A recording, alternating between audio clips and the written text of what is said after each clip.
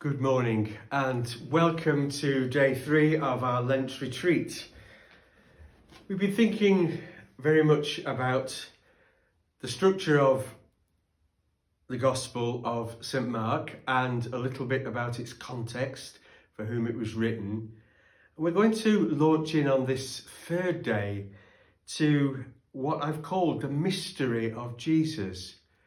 Now, you may think that's a slightly odd title to give to this talk, because we don't have any mystery in our minds about who Jesus is. He is the Son of God, he's the Saviour of the world, and he's the reason that we come to church every Sunday. He gives us our name, Christians.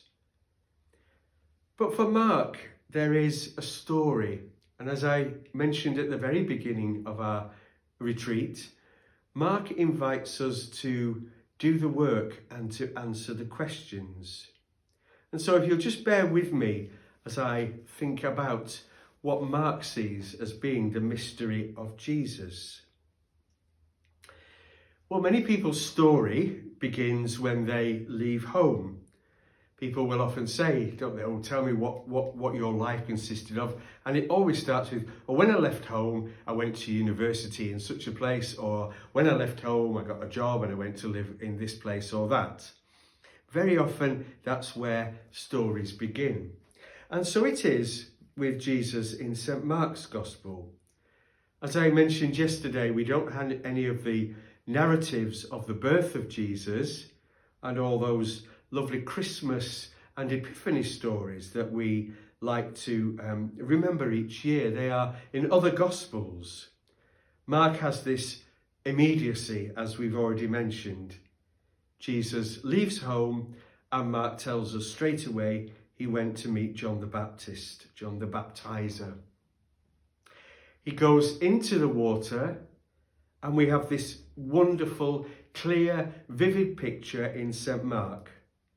We have the Spirit coming to rest on him like a dove, and we have a voice which identifies Jesus as being the Son of God. This is my Son, my beloved, with whom I am well pleased.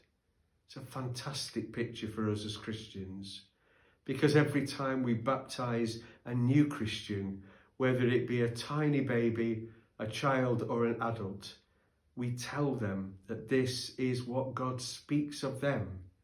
God says to you, my child, you are beloved of God, part of your family, and born again into the family of the church in the sacrament of holy baptism. So it's a wonderful picture.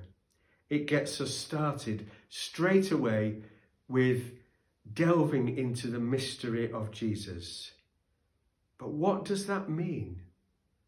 Well, the good news starts with the adult Jesus and invites us to ask, who is this man that comes out of the water, on whom the Spirit rests, and of whom God speaks? Well, in Mark's Gospel, and that's partly why I chose the title, The Mystery of Jesus, there is a certain amount of secrecy.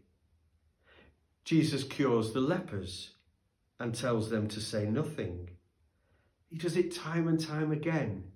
He does things and then goes, shh. Why does he do that? Well, one of the academic names for this is the Messianic secret. Another fancy name for you to take away, a Messianic secret. Our Gospel of Mark is a gospel very much of two halves.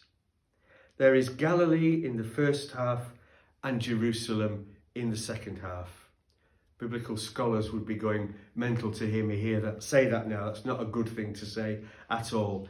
But it's a very basic, roughly speaking, sort of division of the gospel. A gospel of two halves, Galilee and Jerusalem. So, no one seems to know who Jesus is, apart from, that is, the evil spirits. The demoniac says, you are the Son of God. And Jesus says straight away, shh, tell no one. And that hinges into the second part of the gospel. In chapter 8, Jesus says to his friends, "Who do people say I am?" And they answer him.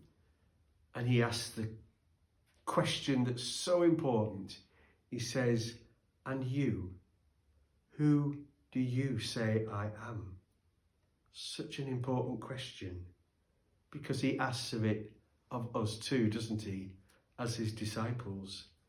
Other people may tell you that Jesus is this and that, but who do you know Jesus as in your heart? And here we have Peter again. "You are the Messiah." And Jesus says, "Shh." Why the secrecy?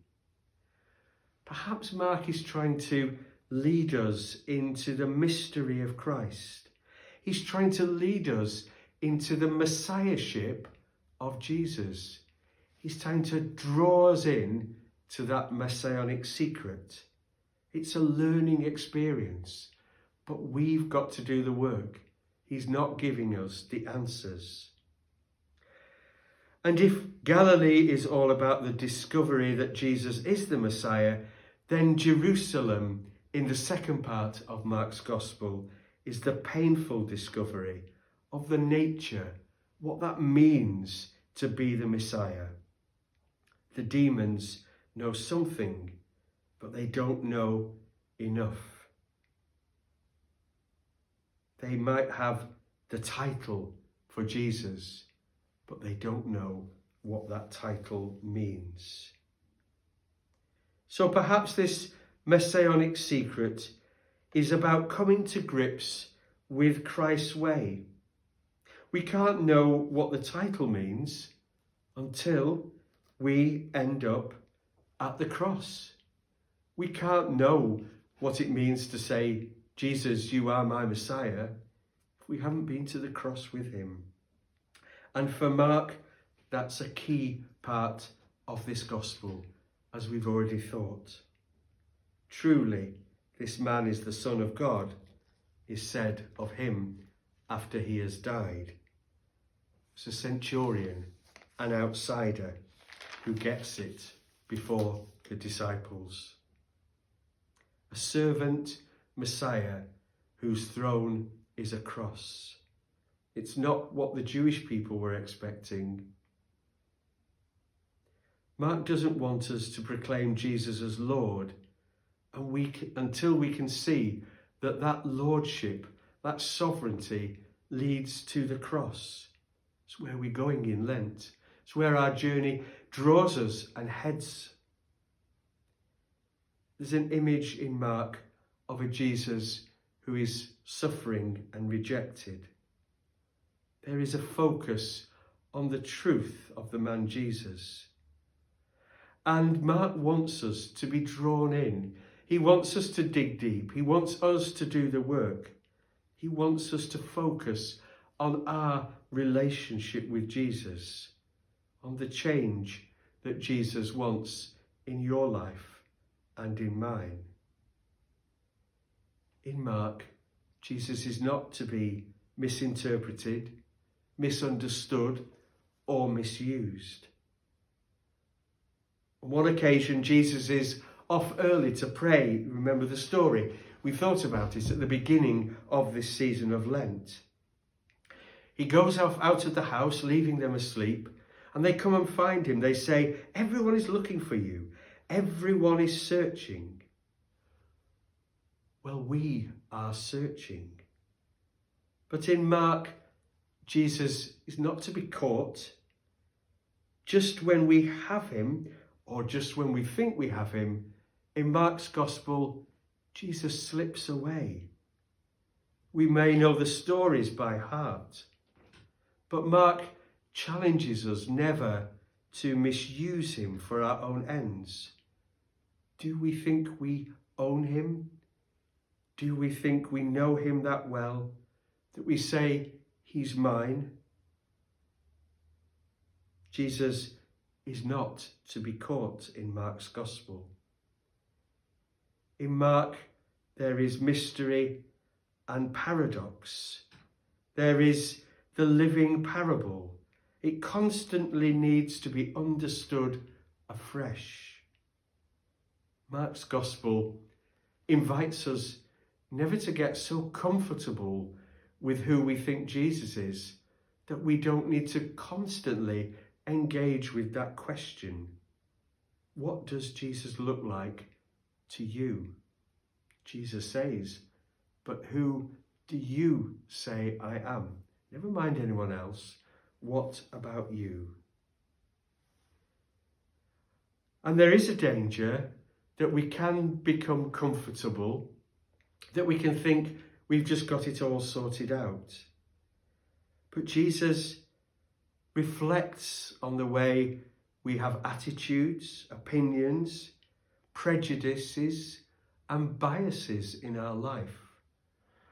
And when we can face up to those things about ourselves, if we engage with Mark's seeking out of what Jesus looks like to us, then we can start to redress the problems that we have in our attitudes and our opinions and our prejudices and our biases.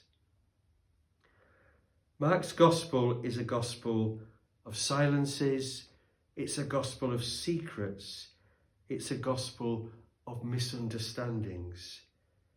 It says, don't think you've got it just yet.